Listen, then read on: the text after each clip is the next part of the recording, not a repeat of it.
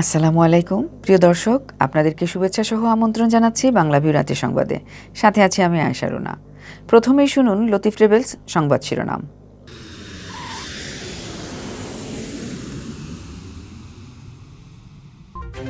আফগানিস্তানের উপপ্রধানমন্ত্রী মোল্লা বারাদারকে কি জিম্মি, আখুন্দজাদা কি নিহত, এ নিয়ে আফগানিস্তান জুড়ে চলছে গুঞ্জন। সিলেটের দক্ষিণ সুরমায় অবৈধ স্থাপনা উচ্ছেদে হার্ডলাইনে সিটি কর্পোরেশন, মেয়রের নেতৃত্বে একদিনে 2 শতাধিক স্থাপনা উচ্ছেদ। সিলেটে ছাদের উপর থেকে 2 বোনের ঝুলন্ত লাশ উদ্ধার, পরিবার বলছে আত্মহত্যা, স্থানীয়রা চান সুষ্ঠু তদন্ত। সিলেট নগরীর 2টি কেন্দ্রে বন্ধ হচ্ছে মডার্না টিকার 2য় ডোজ, বাদ পড়ারা যোগাযোগ করতে হবে সিটি কর্পোরেশনের হেল্প ডেস্কে। টঙ্গীতে মালবাহী ট্রেনের 3টি বগি লাইনচ্যুত, 7.5 ঘন্টা পর ঢাকা চট্টগ্রাম সিলেট রুটে ট্রেন চলাচল শুরু।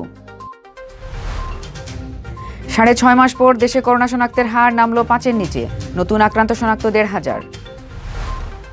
সিলেটে করোনায় আরও 2 জনের মৃত্যু, 55 জন আক্রান্ত শনাক্তের দিনে সুস্থ হলেন 37 জন।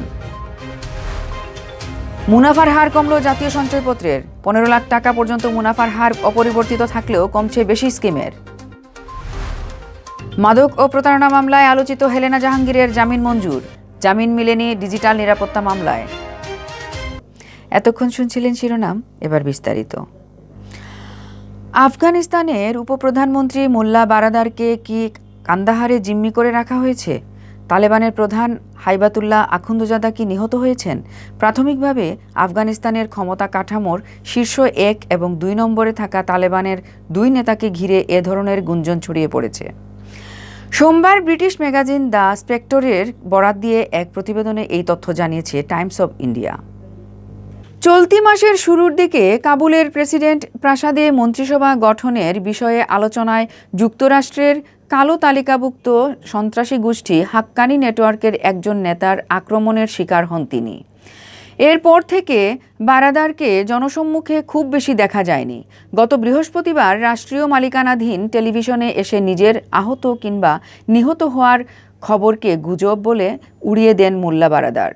কিন্তু পর্যবেক্ষকরা বলেছেন, তিনি যে বার্তা দিয়েছেন সেটি জিম্মি ভিডিও বার্তার মতো মনে হয়েছে। ব্রিটিশ এই ম্যাগাজিন বলেছে, মোল্লা বারাদার উপজাতীয় জ্যেষ্ঠ নেতাদের সঙ্গে বৈঠক করেছেন, যারা তাকে সমর্থন করেন। কিন্তু একই সময়ে রাষ্ট্রীয় মালিকানাধীন টেলিভিশন নেটওয়ার্কে একটি বিবৃতি পাঠে তাকে বাধ্য করা হয়েছে। ওই টেলিভিশনের নিয়ন্ত্রণ এখনও তালেবানের হাতে রয়েছে। দ্য স্পেক্টরের বলেছে, তালেবান ক্ষমতায় আসার পর নতুন সরকারের প্রধান হিসেবে মোল্লা বারাদারের নাম শোনা গেলেও আফগানিস্তানে সরকার গঠনের আলোচনার সময় তিনিই ছিলেন প্রধান ক্ষতিগ্রস্ত। প্রেসিডেন্ট প্রাসাদে সরকার গঠনের আলোচনা সহিংসতার পর তাকে উপপ্রধানমন্ত্রীর পদ থেকে সরিয়ে দেওয়া হয়। হাক্কানিদের সঙ্গে আলোচনার সময় পরিস্থিতি উত্তপ্ত হয়। সেই সময়েই বারাদারকে উপপ্রধানমন্ত্রীর পদ থেকে সরিয়ে দেওয়ার মতো বড় পদক্ষেপ নেয় তালেবান। আফগানিস্তানের নতুন সরকারে সংখ্যালঘু গোষ্ঠীগুলোর আরও বেশি সংশ্লিষ্টতা চেয়েছিল বারাদার। এছাড়া তালেবানের পতাকার পাশাপাশি আফগানিস্তানের পতাকাও উড়ানোর যুক্তি দিয়েছিলেন তিনি।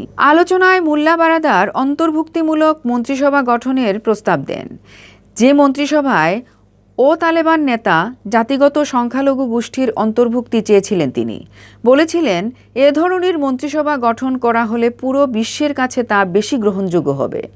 কিন্তু বৈঠকের এক পর্যায়ে চরমপন্থী গোষ্ঠী হাক্কানি নেটওয়ার্কের নেতা খলিলুর রহমান হাক্কানি তার চেয়ার থেকে উঠে দাঁড়ান এবং মোল্লা আব্দুল গনি বারাদারকে কিলঘুষি মারতে শুরু করেন। দ্য স্পেক্টরের বলেছে, ওই সময় বারাদার ও হাক্কানির সমর্থকদের মধ্যে সহিংস সংঘর্ষ শুরু হয়। এতে প্রেসিডেন্ট প্রাসাদের টেবিলে রাখা চায়ের বিশাল ফ্লাস্ক ও অন্যান্য আসবাবপত্র পড়ে যায়। ব্লুমবার্গের এক প্রতিবেদনে বলা হয়েছে, পরে তাদের দেহরক্ষীরা প্রেসিডেন্ট প্রাসাদে ঢুকে একে অপরকে লক্ষ্য করে গুলি চালাতে থাকেন। এতে অনেক নিহত এবং আহত হন। এই ঘটনার পর অক্ষত অবস্থায় রাজধানী কাবুল ছেড়ে কান্দাহারে তালেবানের ঘাঁটিতে তাদের সর্বোচ্চ ও আধ্যাত্মিক নেতা হাইবাতুল্লাহ আখুন্দজাদার কাছে চলে যান বারাদার। এ বিষয়ে অবগত কয়েকজন বলেছেন, মন্ত্রিসভা গঠনের আলোচনার সময় পাকিস্তানের গোয়েন্দা সংস্থা আইএসআই-এর প্রধান জেনারেল ফাইজ হামিদ কাবুলে ছিলেন। তিনি বারাদারের পরিবর্তে হাক্কানিদের সমর্থন দেন। যদিও শান্তি আলোচনায় অংশ নেওয়ার ব্যবস্থা করতে পাকিস্তানের কারাগারে 8 বছর বন্দী থাকা বারাদারকে মুক্ত করেছিল ডোনাল্ড ট্রাম্প নেতৃত্বাধীন মার্কিন প্রশাসন। বারাদার কান্দাহারে থাকলেও হাইবাতুল্লাহ আখুন্দজাদা কোথায় আছেন তা এখনও জানা যায়নি। তালেবান বারবার প্রতিশ্রুতি দিয়েছে যে আখুন্দজাদা শিগগিরই জনসম্মুখে আসবেন, কিন্তু এখন পর্যন্ত তাকে দেখা যায়নি। আফগানিস্তানে তালেবানের ক্ষমতা দখলের ১ মাসের বেশি সময় পেরিয়ে গেছে। আখুন্দজাদা হয়তো মারা গেছেন সেই গুজবও তুলে ধরেছে ব্রিটিশ ম্যাগাজিন দ্য স্পেক্টরের। ২০১৩ সালেও একই ধরনের গুজব ছড়িয়েছিল তালেবানের প্রতিষ্ঠাতা মোল্লা ওমরের মৃত্যু ঘিরে। ওমরের মৃত্যুর তথ্য প্রায় ২ বছর পর ২০১৫ সালে স্বীকার করে তালেবান। প্রতিবেদনে বলা হয়েছে, আফগানিস্তানের প্রধানমন্ত্রী মোল্লা হাসান আখুন্দর কোনো ক্ষমতা নেই বলেই মনে হচ্ছে।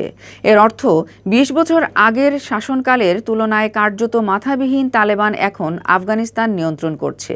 পাশাপাশি আফগানিস্তানে ক্রমবর্ধমান ক্ষমতাশীল হয়ে ওঠা হাক্কানিদের লাগাম টানার চ্যালেঞ্জও ভারী হচ্ছে তালেবানের জন্য। সিলেট নগরীর দক্ষিণ সুরমার কদমতলী থেকে বিভাগীয় কমিশনারের কার্যালয় দূরত্ব প্রায় ১.৫ কিলোমিটার। সিলেট জকিগঞ্জ সড়কের এই অংশের উভয় পাশে গড়ে উঠেছে কয়েকশো অবৈধ স্থাপনা। সড়কের জায়গা দখল করে প্রভাবশালীদের কেউ গড়ে তুলেছেন স্থায়ী ব্যবসায় প্রতিষ্ঠান, আবার কেউ খোলা জায়গায় ফেলে রেখেছেন নির্মাণ সামগ্রী। কেউ আবার সড়কের জায়গা ভাড়া দিয়ে আদায় করছেন মাসোহারা। এই অবস্থায় উচ্ছেদ অভিযানে মাঠে নেমেছে সিলেট সিটি কর্পোরেশন। মঙ্গলবার প্রথম দিন কদমতলী মুক্তিযোদ্ধা চত্বর থেকে পল্লী বিদ্যুৎ সমিতির অফিস পর্যন্ত সড়কের উভয় পাশ থেকে অন্তত ২০০ স্থাপনা উচ্ছেদ করা হয়েছে বলে জানিয়েছেন সিলেট সিটি কর্পোরেশনের মেয়র আরিফুল হক চৌধুরী। সিসিক সূত্র জানায়, সিলেট জকিগঞ্জ সড়কের কদমতলী থেকে বিভাগীয় কমিশনার কার্যালয়ের পাশ পর্যন্ত রাস্তার উভয় পাশ দীর্ঘদিন ধরে বেদখল হয়ে আছে। প্রভাবশালীরা যে যার মতো করে সড়কের জায়গা দখল করে নির্মাণ করেছেন স্থাপনা। কেউ কেউ দোকানপাট নির্মাণ করে দেদারসে চালিয়ে যাচ্ছেন ব্যবসা। কেউ আবার মার্কেট তৈরি করে আদায় করছেন ভাড়া। সড়কের জায়গায় অবৈধভাবে এসব স্থাপনা গড়ে উঠেছে, এটাও এতদিন অনেকেরই ছিল অজানা।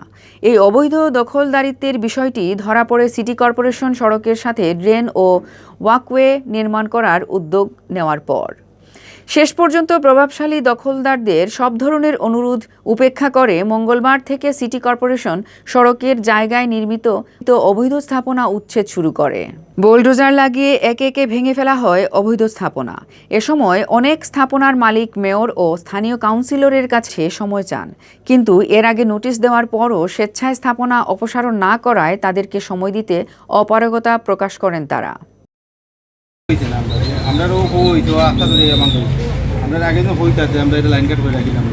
বলা হচ্ছে তো মাইকিং করা হয়েছে, কোনো কাগজপত্র পেয়েছেন? না, কোনো নোটিশই পাইছি না।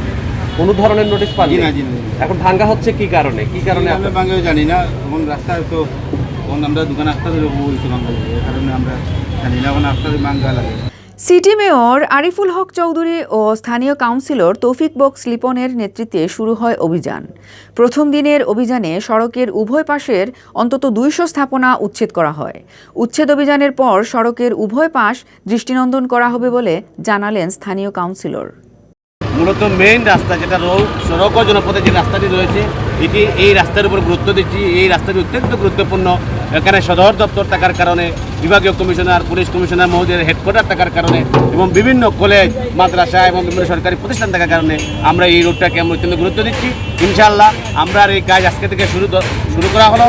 আমরা কাজ শেষ না পর্যন্ত একটা নিয়ন্ত্রণের ভিতরে সুন্দর বিউটিফিকেশনের মাধ্যমে নাগরিককে পরিপূর্ণ সেবা শেষ না হওয়া পর্যন্ত আমরা এই কাজ চলমান থাকবে ইনশাআল্লাহ। মেয়র আরিফ জানান, এসব অবৈধ স্থাপনা স্বেচ্ছায় উচ্ছেদের জন্য আগেই সংশ্লিষ্টদের নোটিশ দেওয়া হয়েছিল। স্থাপনা সরিয়ে নিতে মাইকিংও করা হয়েছে, কিন্তু কেউ নির্দেশনা অনুসরণ করেননি। তাই গতকাল মঙ্গলবার থেকে অভিযান শুরু হয়েছে। এই অভিযান অব্যাহত রাখাও ঘোষণা দিয়েছেন তিনি। মেয়র আরিফ জানান, সড়কের উভয় পাশে ৩০ থেকে ৪০ ফুট জায়গা দখল করে রাখা হয়েছিল। সংশ্লিষ্টরা যেভাবে দখল করে ব্যবসা বাণিজ্য করছেন, তাতে কারোই মনে হবে না এটা সরকারি জায়গা। জলাবদ্ধতা নিরসনের লক্ষ্যে সম্প্রতি ওই এলাকায় রাস্তার পাশে ড্রেন নির্মাণের উদ্যোগ নেওয়া হয়। ওই সময়ই অবৈধ স্থাপনাগুলো অপসারণের প্রয়োজন পড়ে। এছাড়া সকল অবৈধ স্থাপনা অপসারণ করে ওই জায়গায় ড্রেন নির্মাণের পাশাপাশি দৃষ্টিনন্দন ওয়াকওয়ে করা হবে। সড়ক সম্প্রসারণ করে ডিভাইডার বসানো হবে। এজন্য বিদ্যুতের খুঁটিও সরানোর কাজ শুরু হয়েছে। এতে শুধু সৌন্দর্য বৃদ্ধি নয়, জনদুর্ভোগ লাঘবের পাশাপাশি সেবার মান বৃদ্ধি পাবে। স্থানীয় জনগণও উপকৃত হবে। রাস্তার উভয় পাশে যত অবৈধ স্থাপনা সব আমরা তুলে ফেলতেছি, জনগণ আমাদেরকে সহযোগিতা করতেছে এবং আমরা একই সঙ্গে আমরা দুই দিকে 6 ফুট 6 ফুট ট্রেন নিয়ে যাব এবং 6 ফুটের ট্রেনের উপরে ওয়াকওয়ে থাকবে এবং রাস্তার মধ্যেখানে 5 ফিট, এরপরে বড় 40 ফিট করে রাস্তা সুন্দর। সিলেট নগরীর আম্বরখানা মজুমদারি এলাকায় বাসার ছাদের উপর থেকে আপন 2 বোনের লাশ উদ্ধার করেছে পুলিশ।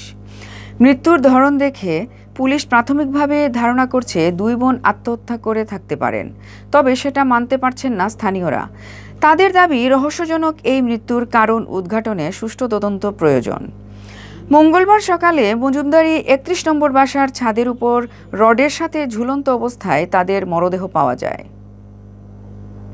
মারা যাওয়া 2 বোন হলেন ওই বাসার মৃত করিমুল্লার মেয়ে রানী বেগম ও ফাতেমা বেগম। পুলিশ জানায়, মঙ্গলবার সকালে পরিবারের সদস্যরা বাসার ছাদে 2 বোনের ঝুলন্ত মরদেহ দেখতে পান। পরে খবর দেওয়া হয় পুলিশে। ছাদের উপর থাকা পিলারের রডের সাথে ঝুলে গলায় ফাঁস দিয়ে তারা আত্মহনন করেছেন। রানীদের 4 বোনের মধ্যে একজনের বিয়ে হয়েছে, তিনি যুক্তরাজ্যে থাকেন, বাকিরা অবিবাহিত। পরিবারের সদস্যদের মধ্যে কিছুটা অপ্রকৃত স্বভাব আছে, তারা চাপা স্বভাবের। আত্মীয়স্বজনদের সাথেও তাদের তেমন যোগাযোগ ছিল না। রানী ও ফাতেমার ভাই শেখ রাজন জানান, বিয়ের আলাপ সংক্রান্ত বিষয় নিয়ে রাগ ও ক্ষোভ থেকে 2 বোন এই পথ বেছে নিতে পারেন বলে তারা ধারণা করেছেন। এর মধ্যে রানীর প্ররোচনায় ফাতেমা আত্মহত্যা করেছেন বলে মনে করছেন তিনি। রাগ করে রানী প্রায়ই তার চাচার বাসায় চলে যেতেন। রাজন জানান, রোববার রানীর জন্য একটা বিয়ের প্রস্তাব আসে। বরের বয়স একটু বেশি, 50-এর মতো। বর যুক্তরাজ্য প্রবাসী ও 2 সন্তানের বাবা। রানী ওই বিয়েতে রাজি ছিল না। এ নিয়ে ঘরে ঝগড়া করে রানী। তাকে বলা হয়েছিল, সবেমাত্র প্রস্তাব এসেছে, বিয়ে তো আর হয়ে যায়নি, কনে পছন্দ হলে তারপর না হয় চূড়ান্ত কথা বলা যাবে। এর মধ্যেই এ কাণ্ড ঘটিয়ে বসে সে। রানী হয়তো ফাতেমাকে এই পথ বেছে নিতে ইন্ধন দিয়েছে বলে ধারণার কথা জানান ভাই রাজন। বড় বোনটা গাইলা, আত্মীয় গাইলা, আমার বোন ইগু পাগল, রানী ইগু পাগল, বেন্টাল বেন্টালে ঘুরে রানী সাল্লাহ দিছে, বুদ্ধি দিছে, খুব বুদ্ধি দে। আমার আরো বোন আছে, আরো বোনটা খুব বুদ্ধি দেয়, কিন্তু ইবনে খুব বুদ্ধি নেই না। ইবনে আইয়াম বাইরে কয় মারে কয় আমাকে ওলা বুদ্ধি দে, ওলা দে। আগে আমরা অত শুনে আর খুব বুদ্ধি না। আর হুরুটা কয় আমরা কয়, কোন সময় কয় না, মনে বিদ্যা রাখি লিছে আপনার।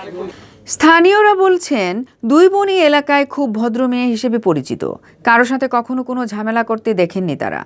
আর স্থানীয় কাউন্সিলর রেজাউল হাসান কয়েসলুদ্দীপ মনে করেন, এই মৃত্যুর পেছনে অন্য কোনো কারণ থাকতে পারে। পরিবারের সদস্যদের আচরণও তার কাছে রহস্যজনক বলে মনে হয়েছে। তাই মৃত্যুর আসল রহস্য উদ্ঘাটনে সুষ্ঠু তদন্ত প্রয়োজন। ভালো করে তদন্ত করে আমি আশা করি এটা মানে যে রিপোর্টটা ফাইনাল যে রিপোর্টটা সত্য জিনিসটা বার হয়ে যাবে। 2টা মেয়ে একটা আমার ফারা 2টা বোন মরে যাবো, আমি যেটা নর্মাল মাইনে নিতে পারতাম না। এবং তার ফ্যামিলি তার বেশি সুখা হবে এদের কথা। এতে দীর্ঘক্ষণ এখানে অবস্থান করার পরে আমার কাছে যে বিষয়টি মনে হয়েছে যে আসলে তাদের বক্তব্যগুলো, আমাদের পরিবারের সদস্যদের বক্তব্যগুলো পরস্পর বিরোধী। তারা কিন্তু বক্তব্য এক জায়গায় থাকছেন না, এক ধরনের বক্তব্য এক সময় দিচ্ছেন। সর্বশেষ যে তথ্যটি আমি পেয়েছি সেটি হচ্ছে যে কালকে সন্ধ্যা 7টার দিকে নাকি 2 বোন বাড়ি থেকে বের হয়েছে এবং দুজনের হাতেই দাঁত ছিল এবং তারা পাশের বাসায় আশ্রয় প্রার্থনা করেছে, তার চাচার বাসায়। জানার বিষয় হচ্ছে যে কে তাদেরকে মারতে চেয়েছিল, কেনই বা 2 বোন একসাথে বাসা থেকে বের হয়েছে আশ্রয়ের জন্য। এই দীর্ঘক্ষণ এখানে অবস্থান করা এবং তাদের সাথে কথা বলা এবং আইন শৃঙ্খলা বাহিনীদের সাথে কথা বলে এই বিষয়টি আমার কাছে মনে হয় যে আসলে বিষয়টি সাসপিশাস। আমি আপনাকে শুধু এইটুকুই বলতে পারি। পুলিশ জানায়, জোড়া মৃত্যুর ঘটনা নিয়ে তদন্ত শুরু হয়েছে। ময়নাতদন্তের জন্য মরদেহ ওসমানী মেডিকেল কলেজ হাসপাতালের মর্গে প্রেরণ করা হয়েছে। ময়নাতদন্তের প্রতিবেদন পেলে মৃত্যুর প্রকৃত রহস্য উন্মোচন হবে। সিলেট নগরীর 2টি কেন্দ্রে বন্ধ হয়ে যাচ্ছে মডার্নার টিকার 2য় ডোজ প্রদান। বুধবার থেকে উসমানী মেডিকেল কলেজ হাসপাতাল ও সিলেট পুলিশ লাইন্সে মডার্নার টিকা দেয়া বন্ধ হবে বলে জানিয়েছে সিটি কর্পোরেশনের স্বাস্থ্য শাখা। মঙ্গলবার সিলেট সিটি কর্পোরেশনের স্বাস্থ্য বিভাগের এক সংবাদ বিজ্ঞপ্তিতে এ তথ্য জানানো হয়। তবে এর মধ্যে কেউ যদি দ্বিতীয় ডোজ না পেয়ে থাকেন তবে যথাযথ প্রমাণসহ নগর ভবনের নিচতলায় স্থাপিত অস্থায়ী টিকা কেন্দ্র বা হেল্প ডেস্কে যোগাযোগ করতে বলা হয়েছে। বিজ্ঞপ্তিতে জানানো হয় 13 জুলাই থেকে 19 আগস্ট পর্যন্ত কোভিড-19-এর মডার্নার প্রথম ডোজ টিকা দেয়া হয় এবং 21 সেপ্টেম্বর পর্যন্ত মডার্নার দ্বিতীয় ডোজ প্রদান করা হয়। কিন্তু অনেকেই দ্বিতীয় ডোজ গ্রহণের জন্য মোবাইলে বার্তা পাওয়ার পরও নির্ধারিত সময়ে নির্দিষ্ট কেন্দ্রে টিকা দিতে পারেননি। তারা অতিসত্বর প্রমাণসহ নগর ভবনের নিচতলায় স্থাপিত অস্থায়ী টিকা কেন্দ্রে বা হেল্প ডেস্কে যোগাযোগ করতে অনুরোধ জানানো হয়েছে। উপযুক্ত নাগরিকদের দ্বিতীয় ডোজ গ্রহণে কোনো সমস্যা বা ভোগান্তি হবে না বলে নিশ্চিত করেছেন সিসিকের স্বাস্থ্য বিভাগ। বিজ্ঞপ্তিতে আরও উল্লেখ করা হয়, সিলেট নগরীতে এ পর্যন্ত কোভিশিল্ড, মডার্না ও সিনোফার্ম টিকার প্রথম ডোজ নিয়েছেন 2,29,939 জন এবং দ্বিতীয় ডোজ গ্রহণ করেছেন 1,82,135 জন। গাজীপুরের টঙ্গীতে মালবাহী ট্রেনের 3টি লাইনচ্যুত বগি উদ্ধার শেষে 7.5 ঘণ্টা পর ঢাকার সঙ্গে চট্টগ্রাম সিলেট ট্রেন চলাচল শুরু হয়েছে। মঙ্গলবার বিকাল 5টা 55 রেল যোগাযোগ শুরু হয়। Tongi rail station master Rakibur Rahman এ তথ্য নিশ্চিত করেছেন। রাকিবুর রহমান জানান, চট্টগ্রাম থেকে ছেড়ে আসা ঢাকামুখী মালবাহী ট্রেন মঙ্গলবার সকাল 10টা 28 টঙ্গী এলাকায় পৌঁছলে 3টি বগি লাইনচ্যুত হয়। এতে ঢাকার সঙ্গে সিলেট ও চট্টগ্রামের রেল যোগাযোগ বন্ধ থাকে। দুর্ঘটনার পরপরই বিষয়টি ঊর্ধ্বতন কর্তৃপক্ষকে জানানো হয়। পরে দুপুর 1টা 20 ট্রেন উদ্ধারী কর্তৃপক্ষ রিলিফ ট্রেন নিয়ে ঘটনাস্থলে পৌঁছলে দুপুর 1:45টার দিকে উদ্ধার কাজ শুরু হয়। বেলা 5টার দিকে লাইন থেকে 2টি বগি সরিয়ে নেওয়ার পর সিপলার ও পাটাতন মেরামত কাজ শুরু করা হয়। বিকাল 5টা 55 চট্টগ্রাম থেকে ছেড়ে আসা যাত্রীবাহী সুবর্ণ এক্সপ্রেস ট্রেন দুর্ঘটনা কবলিত লাইন দিয়ে টঙ্গী স্টেশন অতিক্রম করে ঢাকায় ঢুকলে ট্রেন চলাচল স্বাভাবিক হয়ে আসে। 6.5 মাস পর দেশে করোনা ভাইরাসে দৈনিক শনাক্তের হার 5-এর নিচে নেমে এলো। গত 24 ঘন্টায় করোনা শনাক্ত হয়েছে 1,562 জনের, যাতে দৈনিক শনাক্তের হার 4.69%। এর আগে এর চেয়ে শনাক্তের হার কম ছিল গত 7 মার্চ। সেদিন 14,092টি নমুনা পরীক্ষায় শনাক্তের হার ছিল 4.30%। মঙ্গলবার স্বাস্থ্য অধিদপ্তর থেকে পাঠানো করোনা বিষয়ক সংবাদ বিজ্ঞপ্তিতে এ তথ্য জানানো হয়। এদিকে করোনা ভাইরাসে আক্রান্ত হয়ে গত 24 ঘন্টায় বাংলাদেশে আরও 26 জনের মৃত্যু হয়েছে। সোমবারও মৃত্যুর সংখ্যা 26 ছিল, যা প্রায় 4 মাসের মধ্যে সর্বনিম্ন মৃত্যু। এর চেয়ে কম মৃত্যু হয়েছিল গত 27 মে। সেদিন 22 জনের মৃত্যু হয়েছিল করোনায়। এ নিয়ে মোট মৃতের সংখ্যা দাঁড়িয়েছে 27,277 জনে। মঙ্গলবার স্বাস্থ্য অধিদপ্তর থেকে পাঠানো করোনা বিষয়ক নিয়মিত সংবাদ বিজ্ঞপ্তিতে আরও বলা হয়েছে, 24 ঘন্টায় করোনা থেকে সুস্থ হয়েছেন 1,603 জন। এ পর্যন্ত মোট সুস্থ হয়েছেন 15,04,709 জন। গত 24 ঘন্টায় 33,327 জনের নমুনা পরীক্ষা করা হয়। পরীক্ষার বিপরীতে রোগী শনাক্তের হার 4.69%। এ পর্যন্ত মোট 94,98,414টি নমুনা পরীক্ষায় শনাক্তের হার 16.27%। গত 24 ঘন্টায় যে 26 জন মারা গেছেন তাদের মধ্যে পুরুষ 16 জন এবং নারী 10 জন। এ সময়ের মধ্যে ঢাকা বিভাগে 15 জনের মৃত্যু হয়েছে, চট্টগ্রাম বিভাগে 3 জন, রাজশাহী বিভাগে 3 জন, খুলনা বিভাগে 2 জন, সিলেট 2 জন ও ময়মনসিংহ বিভাগে 1 জন মারা গেছেন। বরিশাল ও রংপুর বিভাগে কেউ মারা যায়নি। গত বছরের 8 মার্চ দেশে প্রথম করোনা রোগী শনাক্ত হয়। এর 10 দিন পর 18 মার্চ প্রথম মৃত্যুর খবর আসে। কয়েক মাস সংক্রমণ ও মৃত্যুর হার ঊর্ধ্বগতিতে থাকার পর অনেকটা নিয়ন্ত্রণে চলে আসে। চলতি বছরের শুরুতে করোনা ভাইরাসের প্রকোপ অনেকটা নিয়ন্ত্রণে ছিল, তখন শনাক্তের হারও 5%-এর নিচে নেমেছিল। তবে গত মার্চ মাস থেকে মৃত্যু ও শনাক্ত আবার বাড়তে থাকে। আজ শনাক্তের হার আবারও 5%-এর নিচে নামল।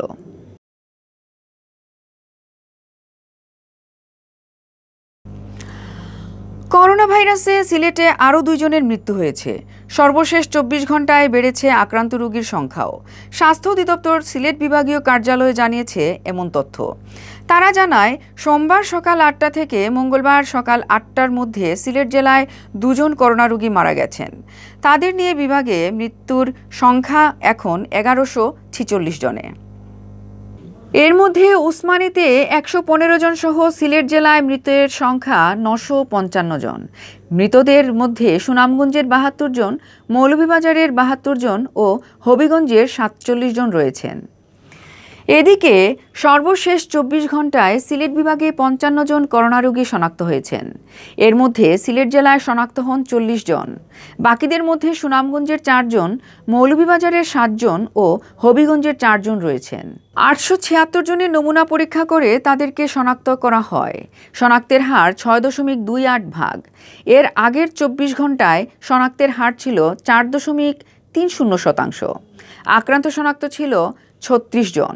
সব মিলিয়ে বিভাগে করোনা আক্রান্তের সংখ্যা এখন 54,338 জন। এর মধ্যে ওসমানী মেডিকেল কলেজ হাসপাতালে 4,777 জন সহ সিলেট জেলায় শনাক্তের সংখ্যা 33,448 জন। সুনামগঞ্জের 6,224 জন, মৌলভীবাজারের 8,056 জন ও হবিগঞ্জের 6,610 জন রয়েছেন শনাক্তের তালিকায়। সিলেট বিভাগীয় স্বাস্থ্য পরিচালক ডাক্তার হিমাংশু লাল রায় জানান, সর্বশেষ 24 ঘন্টায় বিভাগে সুস্থ হয়েছেন 37 জন। সুস্থ হওয়াদের মোট সংখ্যা এখন 47,682 জন। তিনি জানান, বর্তমানে সিলেটের বিভিন্ন হাসপাতালে 107 জন করোনা রোগী ভর্তি আছেন।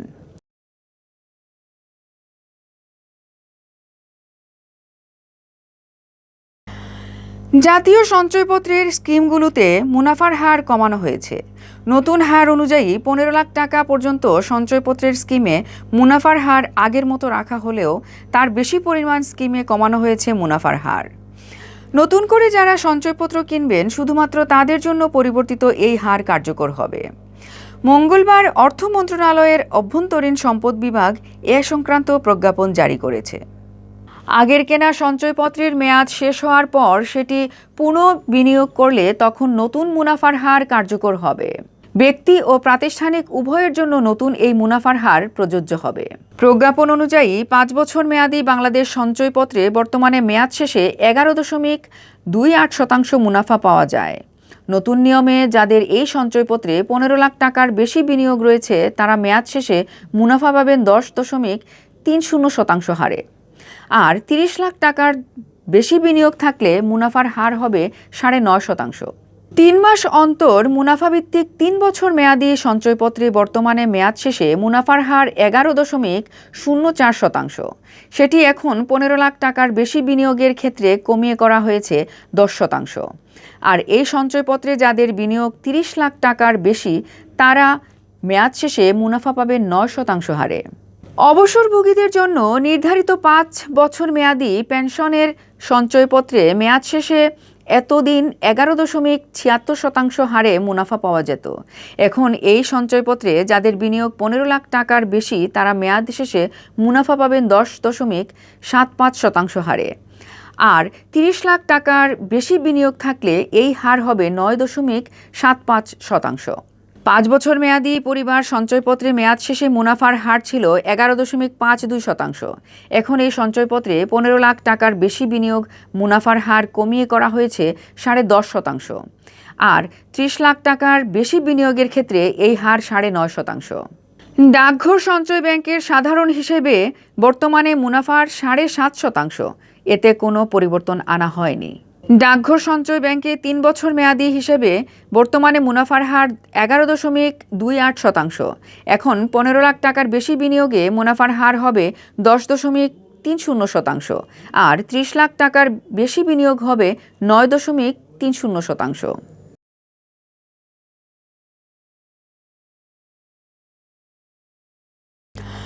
গুলশান থানায় মাদক বিশেষ ক্ষমতা ও পল্লবী থানায় প্রতারণার আইনে দায়ের করা পৃথক মামলায় আওয়ামী লীগের বহিষ্কৃত নেত্রী হেলেনা জাহাঙ্গীরের জামিন মঞ্জুর করেছেন আদালত। মঙ্গলবার ঢাকা মহানগর দায়রা জজ আদালতের বিচারক কে এম ইমরুল কায়েস এ আদেশ দেন। তবে এ দুই মামলায় জামিন পেলেও মুক্তি পাচ্ছেন না হেলেনা, কারণ ডিজিটাল নিরাপত্তা আইনে দায়ের করা মামলায় জামিন হয়নি তার। এদিকে মঙ্গলবার ডিজিটাল নিরাপত্তার মামলায়ও জামিন শুনানি হয়েছিল, সেটা নামঞ্জুর করেছেন আদালত। এর আগে পল্লবী থানায় দায়ের করা টেলিযোগাযোগ নিয়ন্ত্রণ আইনের মামলায় 17 আগস্ট জামিন পান হেলেনা। তার বিরুদ্ধে দায়ের করা সর্বমোট 4 মামলার মধ্যে 3টি মামলার জামিন হয়েছে। 29 জুলাই রাত 8টার দিকে গুলশান 2-এ হেলেনা জাহাঙ্গীরের বাসায় অভিযান চালায় র্যাব। দীর্ঘ 4 ঘন্টা অভিযান শেষে রাত 12টার দিকে তাকে আটক করা হয় এবং পরে র্যাব সদর দপ্তরে নিয়ে যাওয়া হয়। হেলেনা জাহাঙ্গীরের আটকের পর তার প্রতিষ্ঠান জয়যাত্রা টেলিভিশন কার্যালয়েও অভিযান চালায় র্যাব। ওই অভিযানের পর র্যাব জানায় জয়যাত্রা টেলিভিশন কোনো ধরনের বৈধ কাগজপত্র ছাড়া চলত। হেলেনা জাহাঙ্গীর তার জয়যাত্রা টেলিভিশনের জন্য সারা দেশে প্রতিনিধি নিয়োগ করেছিলেন। প্রবাসী প্রতিনিধি নিয়োগের নামে তিনি অর্থ হাতিয়ে নিয়েছেন। ডিজিটাল প্ল্যাটফর্ম ব্যবহার করে মিথ্যাচার, অপপ্রচার ও বিভ্রান্তিকর তথ্য ছড়িয়ে রাষ্ট্রীয় গুরুত্বপূর্ণ সংস্থা ও ব্যক্তিদের সম্মানহানি করার অপচেষ্টার অভিযোগে হেলেনা জাহাঙ্গীরকে গ্রেফতার দেখানো হয় 30 জুলাই। জুলাই মাসে বাংলাদেশ আওয়ামী চাকরিজীবী লীগ নামে একটি সংগঠনের পোস্টার সামাজিক যোগাযোগ মাধ্যমে ছড়িয়ে পড়ে। পোস্টারে সংগঠনের কেন্দ্রীয় সভাপতি হেলেনা জাহাঙ্গীর আর সাধারণ সম্পাদক মাহবুব মনিরের নাম উল্লেখ করা হয়। ওই পোস্টার ছড়িয়ে পড়ার পর আওয়ামী লীগের মহিলা বিষয়ক উপকমিটির সদস্যপদ হারান হেলেনা জাহাঙ্গীর। হেলেনা জাহাঙ্গীরের বিরুদ্ধে দায়ের হওয়া মামলাগুলোতে কয়েক দফায় তাকে রিমান্ডে নেয় পুলিশ। এতক্ষণ শুনছিলেন বাংলা ভিউ রাতের সংবাদ। এরপর প্রচারিত হবে সিলেটের আঞ্চলিক ভাষার সংবাদ। দেখার আমন্ত্রণ রইল। সাথে থাকার জন্য ধন্যবাদ।